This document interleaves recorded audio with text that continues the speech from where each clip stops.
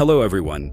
Previously on the channel, a video was released dedicated to the 10 greatest freestyle wrestlers, so it is only logical to continue this topic and talk about their colleagues in Greco-Roman wrestling.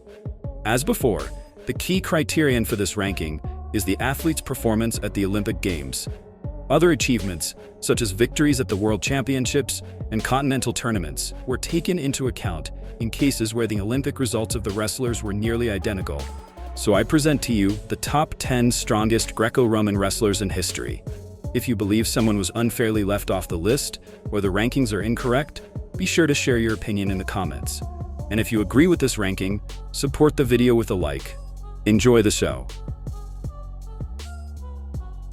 10th place, Soviet wrestler, Aleksandr Kolchinsky. In his time, the Bulgarian super heavyweight Aleksandr Tomov shone on the international stage, becoming a 3-time Olympic silver medalist. However, one of the main reasons Tomov never managed to win Olympic gold was Kolchinsky. He defeated Tomov twice in Olympic finals, at the 1976 and 1980 Games. Kolchinsky confidently dominated his weight class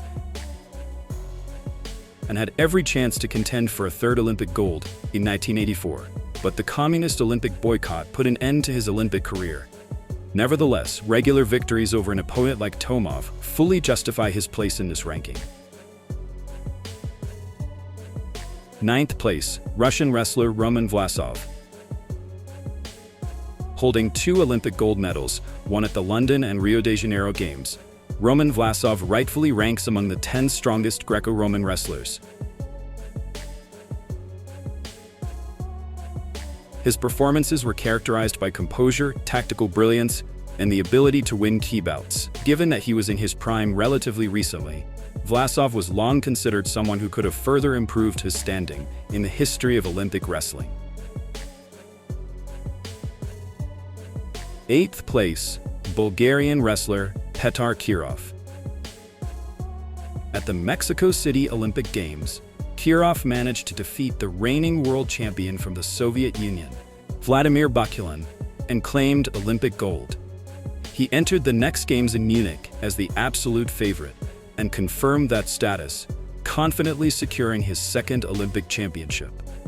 In an era where the competition format allowed for some errors, Kirov won every Olympic bout he participated in, demonstrating complete superiority over his opponents. 7th place, Turkish wrestler Hamza Yerlikaya.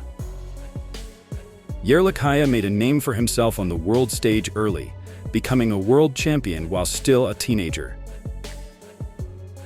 He won Olympic gold in Atlanta at the age of 20, and 4 years later, he confirmed his status by winning a second gold medal.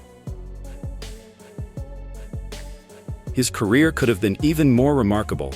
Neck injuries forced him to withdraw from the 2004 Olympic Games, prematurely cutting short his path to historical records. 6th place, Hungarian wrestler István Kozma.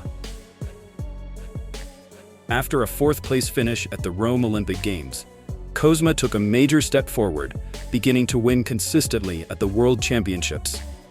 This progress resulted in 2 Olympic golds, one at the 1964 and 1968 Games. Unfortunately, his career and life were tragically cut short in the early 70s as a result of a car accident. 5th place, Italian wrestler Vincenzo Maenza. Starting his Olympic career with a 7th place finish, Maenza managed to travel an incredible path.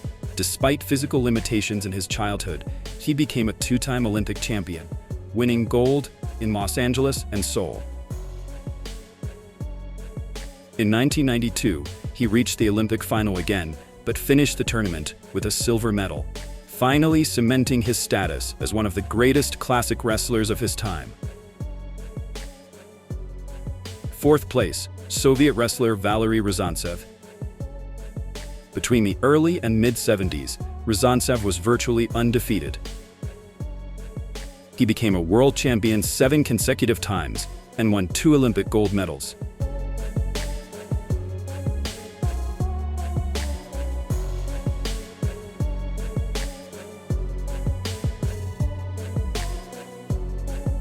His dominance in Greco-Roman wrestling was so evident that he was later among the first wrestlers inducted into the International Wrestling Hall of Fame. Third place, Swedish wrestler Carl Westergren. At the dawn of the Olympic era, Westergren was the undisputed leader among wrestlers from Scandinavian countries. 2 consecutive Olympic golds made him the primary favorite for the Games in the late 20s. Despite a dramatic episode involving an early withdrawal from one tournament, he managed to return and finish his career with 3 Olympic gold medals, making him one of the key figures in the early history of Greco-Roman wrestling. Second place, the legendary Russian wrestler Aleksandr Karelin. For many years, Aleksandr Karelin was considered the absolute number 1 in the history of Greco-Roman wrestling.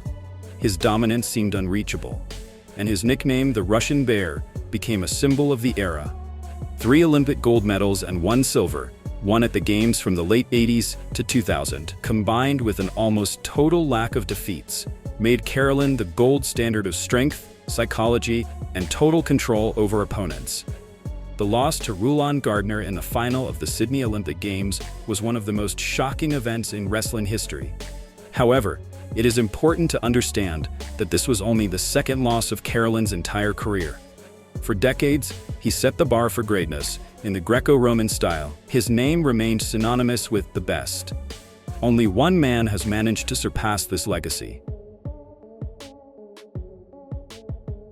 First place, Mijaín López. Mijaín López didn't just enter history, he rewrote it. While Aleksandr Karelin was for many years considered the unreachable benchmark for all generations of wrestlers, it was López who managed to rise above that peak. 5 consecutive Olympic gold medals, one in the same weight class, made him a unique phenomenon not only in wrestling but in all of Olympic sports. Unlike Karelin, whose career ended with 1 loss at the Olympic Games, López completed his Olympic journey without losing a single bout in decisive moments, never allowing his opponents to even come close to dominating him. His victory in Paris and his subsequent symbolic retirement on the mat served as final proof that the era had changed. If Karelin was the embodiment of power and intimidation, López became the symbol of absolute stability, longevity, and cold-blooded superiority. It is this comparison that makes him today's number 1, the wrestler who managed to surpass even the man who for decades was considered the greatest.